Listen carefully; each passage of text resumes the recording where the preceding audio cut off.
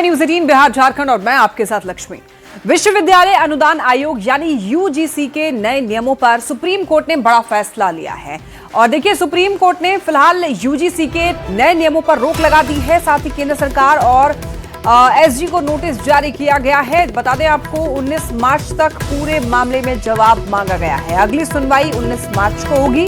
Court ने अपने फैसले में यह कहा है कि फिलहाल यूजीसी का 2012 का रेगुलेशन ही जारी रहेगा। चीफ जस्टिस सूर्यकांत की खंडपीठ ने इस मामले की सुनवाई की है और इस दौरान कोर्ट में पक्षकारों से कई तीखे सवाल भी पूछे गए हैं। देखिए, सुप्रीम कोर्ट ने यह कहा कि यूजीसी के नए नियम पहली नजर से ही अस्पष्ट है और हमें जाति विहीन समाज की ओर बढ़ना चाहिए, क्योंकि हम जातिगत भेदभाव से अभी भी जूझ रहे हैं। लिहाजा जिन्हें सुरक्षा चाहिए उनके लिए व्यवस्था हो, क्योंकि स्कूल कॉलेज को हम अलग अलग नहीं रख सकते। अगले आदेश तक 2012 के नियम ही रहेंगे। यूजीसी के नए नियम पर रोक लगा दी गई है। सुप्रीम कोर्ट का यह बड़ा फैसला सामने आया है और नए नियमों का दुरुपयोग हो सकता है, ऐसा सुप्रीम कोर्ट ने कहा है। और सुप्रीम कोर्ट ने यह भी कहा है कि हमें जातिवाद जो भेदभाव है, जाति विहीन समाज की ओर हमें बढ़ना चाहिए, क्योंकि हम जातिगत भेदभाव से अभी भी जूझ रहे हैं। तो जिन्हें सुरक्षा चाहिए उनके लिए व्यवस्था हो, क्योंकि स्कूल और कॉलेज को हम अलग थलग नहीं रख सकते हैं। सुप्रीम कोर्ट की तरफ से यह बड़ा फैसला दिया गया है। रेगुलेशंस नए नियम पास किए गए हैं, उस पर सुप्रीम कोर्ट ने रोक लगाई है, उसको एबियंस में रखा है। और सुप्रीम कोर्ट ने अपनी पावर्स को एक्सरसाइज करते हुए अंडर आर्टिकल 142 जो यूजीसी रेगुलेशंस 2012 हैं उनको इन ऑपरेशन किया, उनको प्रभावी किया। अगला कदम क्या रहेगा, क्योंकि इस पे सुप्रीम कोर्ट की अब सुप्रीम कोर्ट ने इस मामले में केंद्र सरकार को और सारे पक्षकारों को नोटिस जारी किया है और इस मामले की अगली सुनवाई 19 मार्च को निर्धारित की गई है। 19 मार्च को क्या कुछ होने की संभावनाएं हैं? अब ये तो कोई व्यक्ति प्रेडिक्ट नहीं कर सकता है। केंद्र सरकार से जवाब मांगा है, केंद्र सरकार अपना जवाब देगी, फिर मामला आगे बढ़ेगा।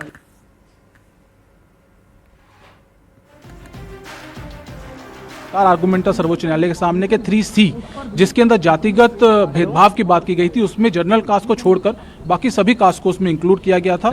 और कहीं ना कहीं ये दर्शाया जा रहा था कि जनरल कास्ट ही सिर्फ जो है वो टारगेट करती है और कास्ट को, उसको लेकर बहुत चिंता व्यक्त की है। और कहीं ना कहीं जो डिवाइड करने की बात, समानता की हमारा संविधान बात करता है, लेकिन ये रूल रेगुलेशन जो है वो कहीं ना कहीं विद्यार्थियों को डिवाइड करने का जो मामला है उसमें सामने आ रहा है। और ये सीजीआई ने बिल्कुल साफ साफ माना कि रूल रेगुलेशन में कमी है और इसको सोचना और देखना पड़ेगा।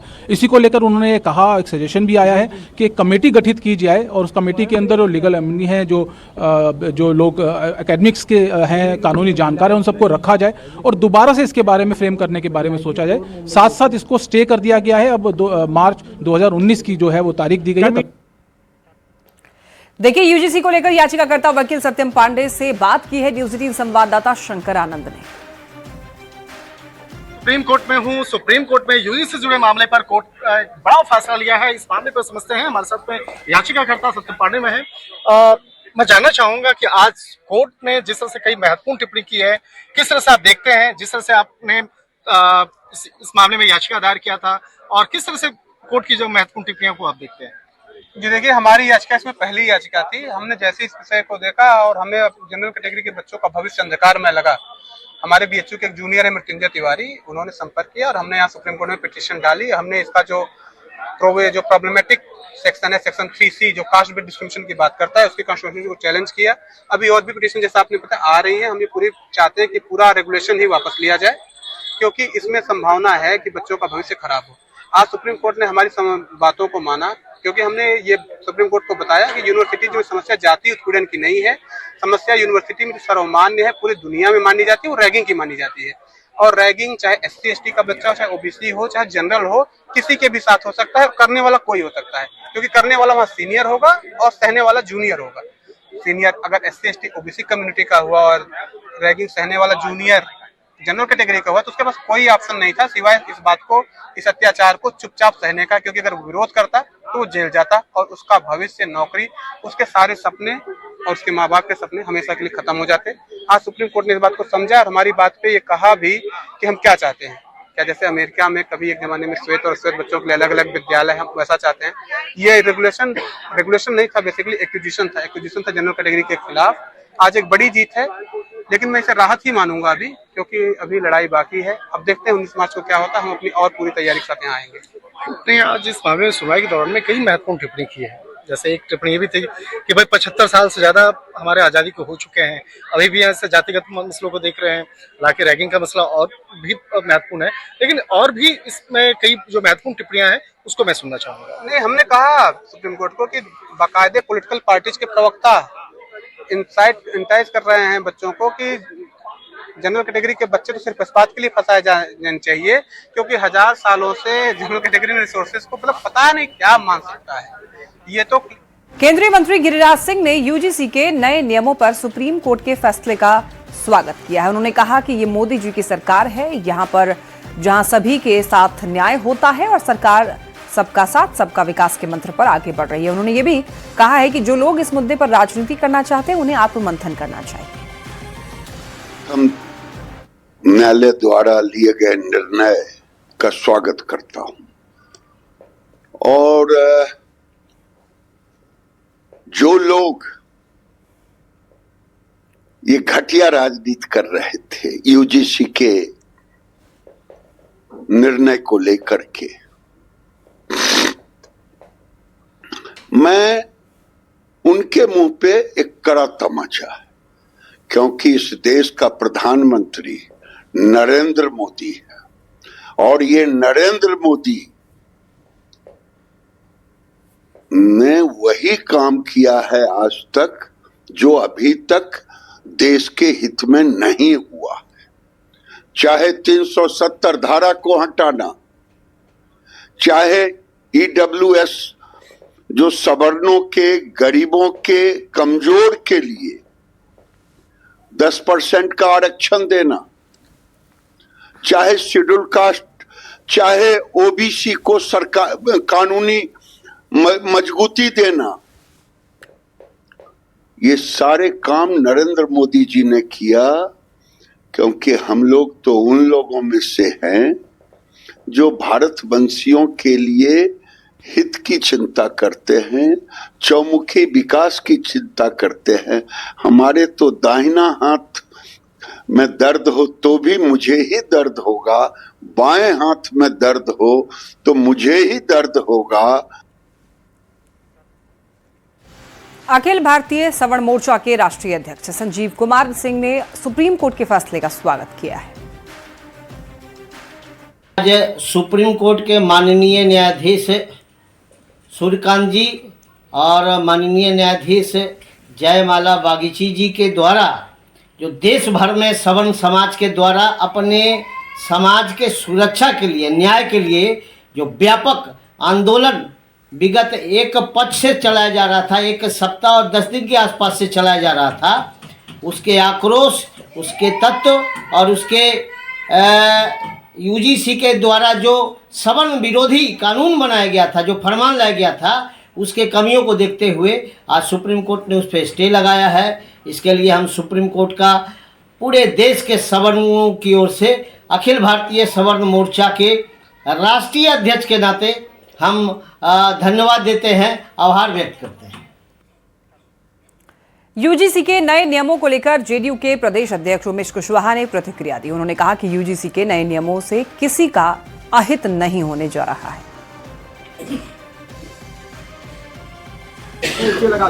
सुप्रीम कोर्ट में जिसमें मामला चल रही है उस पर तो हमको कोई कमेंट करने की कोई आवश्यकता नहीं। तो कहा कि ये गाइडलाइन जो सरकार ने गाइडलाइन बनाया है तो उससे जो है किसी भी समाज को हित नहीं हो रहा है, न नुकसान हो रहा है। और ये तो कोर्ट का मामला है और कोर्ट के मामला में हम कोई टिप्पणी करना उचित नहीं समझते। गया जी से इस वक्त एक बड़ी खबर मिल रही है। यहां पर आयकर का छापा पड़ा है। धान कारोबारी के 3 ठिकानों पर छापा पड़ा। राजेश कुमार गुप्ता के 2 ठिकाने पर रेड किया गया है। राजेश गुप्ता के सहयोगी पर भी दबिश दी गई है। पार्टनर गौरी शंकर गुप्ता के घर भी छापा पड़ा है। आयकर चोरी से जुड़ा हुआ ये पूरा मामला है, यानी कि आय से अधिक संपत्ति का मामला है।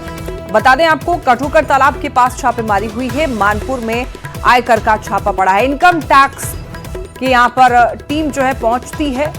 गया जी में धान कारोबारी के 3 ठिकानों पर छापा पड़ गया है। राजेश कुमार गुप्ता के 2 ठिकाने पर रेड।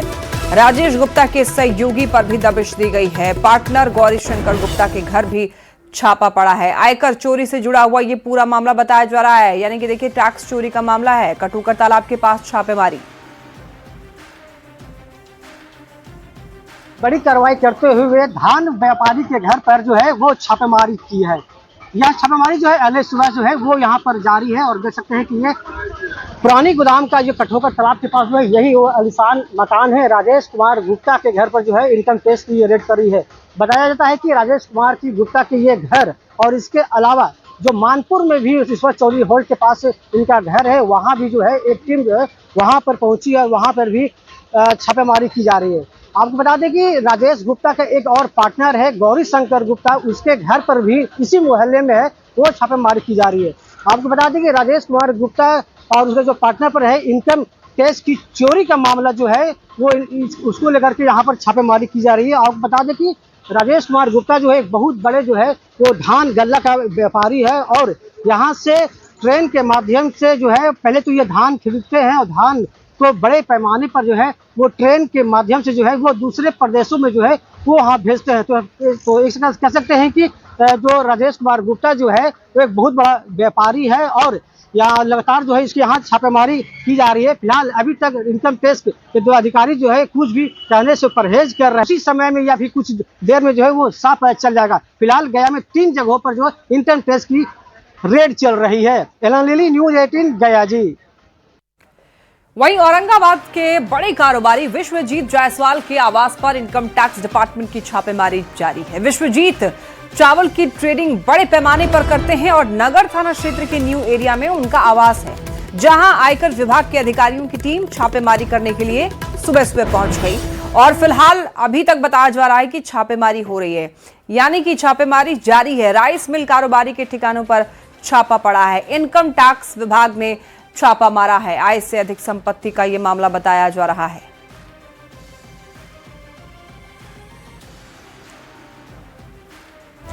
और देखिए उत्तर प्रदेश विजिलेंस की टीम ने भागलपुर, बांका और देवघर में 5 ठिकानों पर छापेमारी की है। भागलपुर के तिलका मांझी स्थित सत्यम अपार्टमेंट में गगन सिंह के फ्लैट में विजिलेंस की टीम की रेड अब समाप्त हो गई है। गगन सिंह उत्तर प्रदेश के मऊ में खाद्य एवं आपूर्ति विभाग में लिपिक के पद पर तैनात हैं। आय से अधिक मामले में विजिलेंस की टीम रेड कर रही थी। सूत्रों की अगर माने तो 30 करोड़ से भी ज्यादा की संपत्ति अर्जित करने का मामला है। वहीं विजिलेंस की टीम अभी कुछ भी बताने से इनकार कर रही है। जायजा लिया है न्यूज 18 संवाददाता आशीष रंजन ने। विजिलेंस टीम के द्वारा भागलपुर, बांका और देवघर में कुल 5 ठिकानों पर जो है छापेमारी की जा रही है। आप देख सकते हैं कि इसी अपार्टमेंट में जो है यहाँ पर सत्यम अपार्टमेंट ये है और इसमें जो है टीम यहाँ पर पहुँची हुई है, उत्तर प्रदेश की टीम। और गगन सिंह जो है मऊ में जो है खाद्य आपूर्ति विभाग के लिपिक हैं, उनके ठिकानों पर छापेमारी की जा रही है। 202 नंबर फ्लैट में ये छापेमारी जारी है। आय से अधिक संपत्ति का मामला इन पर है और इससे पहले भी जो है इनके ठिकानों पर पहले भी छापेमारी की गई है। टीम की यहाँ जांच जो है पूरी हो गई है और जो जिस फ्लैट में उनका घर है वो नीतू सिंह उनकी पत्नी के नाम पर है और वो अभी किराए पर है, जिसको लेकर जो है टीम ने यहाँ पर कागजात की जांच की है और जांच अब पूरी हो चुकी है और टीम यहाँ से अब निकल रही है। देवघर और बांका में जो है अभी छापेमारी जारी है और कई चीज़ें जो है बांका में मिलने की भी बात कही जा रही है, लेकिन अभी जो है अधिकारी जो है इस पर कुछ भी बोलने से इनकार कर रहे हैं। लगातार जो है रेड जो है जारी है और भागलपुर में रेड समाप्त हो चुकी है। आशीष रंजन, न्यूज 18 भागलपुर। और बांका से इस मामले में और ज्यादा जानकारी दे रहे हैं न्यूज 18 संवाददाता नागेंद्र द्विवेदी।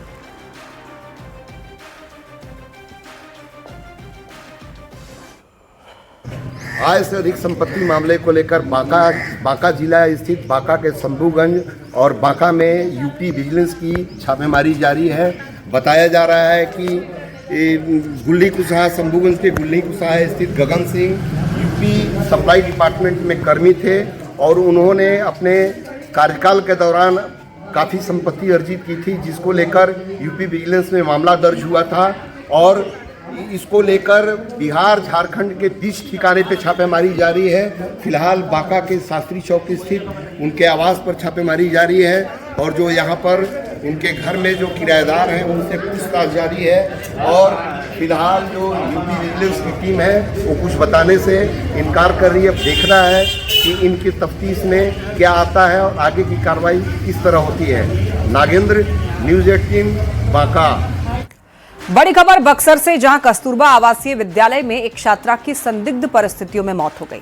छात्रा का नाम मोहिनी कुमारी है, जो मूक बधिर थी। मोहिनी कक्षा 7 में पढ़ती थी और इस घटना के बाद मौत के कारणों को लेकर जिला प्रशासन जांच में जुटा है। बताया जा रहा है कि छात्रा की तबीयत जो है वो सुबह में बिगड़ने लगी, जिसके बाद इसे इलाज के लिए चौसा PHC ले जाया गया, जहां डॉक्टर ने छात्रा को मृत घोषित कर दिया।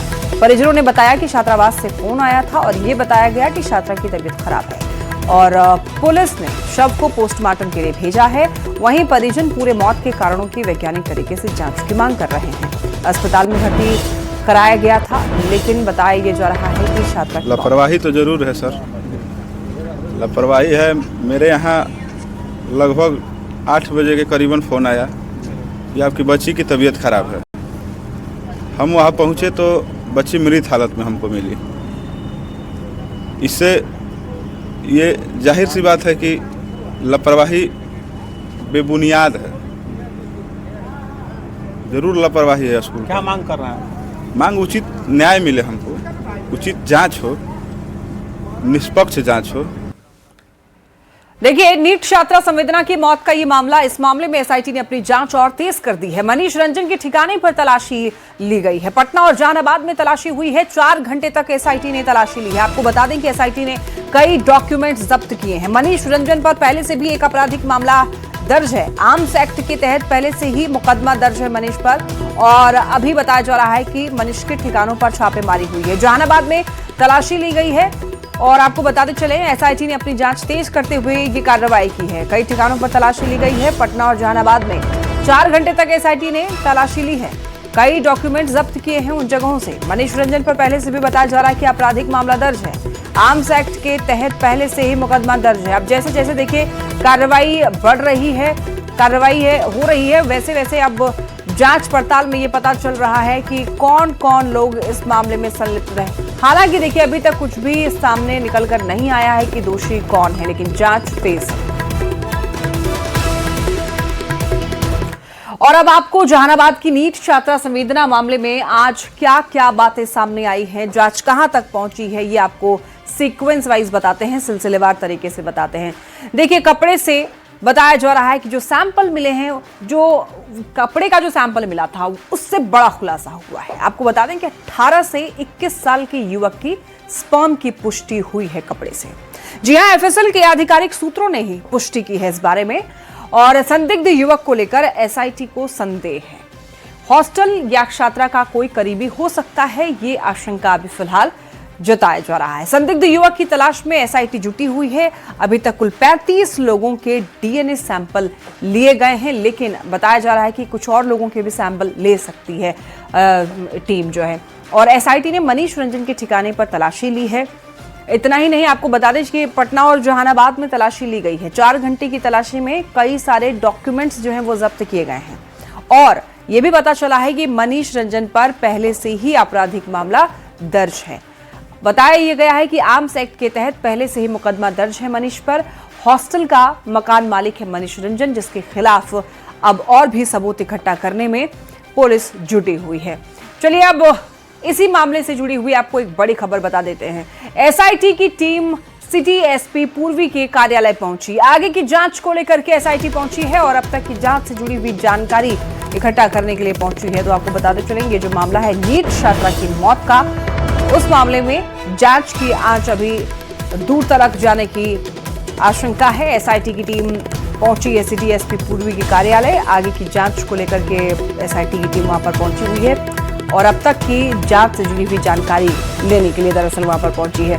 तो ये बड़ी खबर पटना से अब तक पहुंचा रहे हैं, यानी कि कहा जा सकता है कि जांच की दिशा जो है वो आगे बढ़ती हुई दिखाई दे रही है। बढ़ते हैं खबरों में आगे। किशनगंज के पहाड़कट्टा थाना क्षेत्र के पूर्व पनासी गांव में देर रात 2 पक्षों के बीच जमीन विवाद को लेकर जमकर झड़प हुई। बताते चले आपको, जिसमें 2 वाहनों को आग के हवाले कर दिया गया। इन तस्वीरों में आप देख सकते हैं। पूरब गांव के रहने वाले मासूम रेजा ने पुलिस से शिकायत की। कि गांव के ही अब्बास आलम, शब्बीर आलम सहित कई लोग देर रात हथियार के साथ उनके घर में घुसने की कोशिश की। जब घर में नहीं घुस पाए तो घर के बाहर खड़े वाहनों को आग के हवाले कर दिया और एक बाइक लेकर के फरार हो गए। जबकि दूसरे पक्ष ने इन आरोपों को गलत बताते हुए ये कहा कि दोनों के बीच जमीन को लेकर विवाद कोर्ट में चल रहा है। इसी की वजह से उन्होंने फंसाने के इरादे से अपनी ही गाड़ी में आग लगा ली। पुलिस ने दोनों पक्षों के बयान के आधार पर अब जांच शुरू कर दी है। ये गाली गलौज करने लगा तो हम लोग बाहर निकले। गेट वो लोग खोल नहीं पाया क्योंकि गेट पे ताला लगी हुई थी। तो वो लोग बाहर गाली गलौज करके जब हम लोग चिल्लाने लगे, इसी आनन फानन में वो लोग शब्बीर पूरा गाड़ी में पेट्रोल छिड़का और कर्नेल माचिस से जलाकर हम लोगों को जान से मारने का धमकी देकर कि तुम लोगों को ख़त्म करके ही छोड़ूंगा, ऐसा पांचों आदमी बोलकर फिर वो लोग गया। चाहते हैं, क्या मांग करते हैं? हम चाहते हैं सर कि हम लोगों को इंसाफ मिले। इंसाफ इसलिए मिले कि आज जो है लोग अपना दोनों गाड़ी जला दिया है। हाँ, कल को जो है ये लोग जो है कोई भी अंजाम दे सकता है। तो हम यही चाहते हैं कि कम से कम इनका जो है जांच हो कि जलाया किसने है। हाँ, और हम लोगों को खाली ये उम्मीद दिलाइए कि हम लोगों को जो है कम से इंसाफ मिले सर। देखिए, बिहार के कई सिविल कोर्ट को बम से उड़ाने की धमकी के बाद शिवहर व्यवहार न्यायालय की सुरक्षा व्यवस्था कड़ी कर दी गई है। डीएम और एसपी के निर्देश पर पुलिस प्रशासनिक अधिकारियों ने व्यवहार न्यायालय परिसर का निरीक्षण किया है। सुरक्षा को लेकर आवश्यक दिशा निर्देश जारी किए गए हैं। निरीक्षण के दौरान कोर्ट परिसर के संवेदनशील स्थानों और आसपास की गतिविधियों पर विशेष ध्यान दिया गया। अधिकारियों ने बताया कि कोर्ट परिसर में अतिरिक्त पुलिस बल की तैनाती की गई है।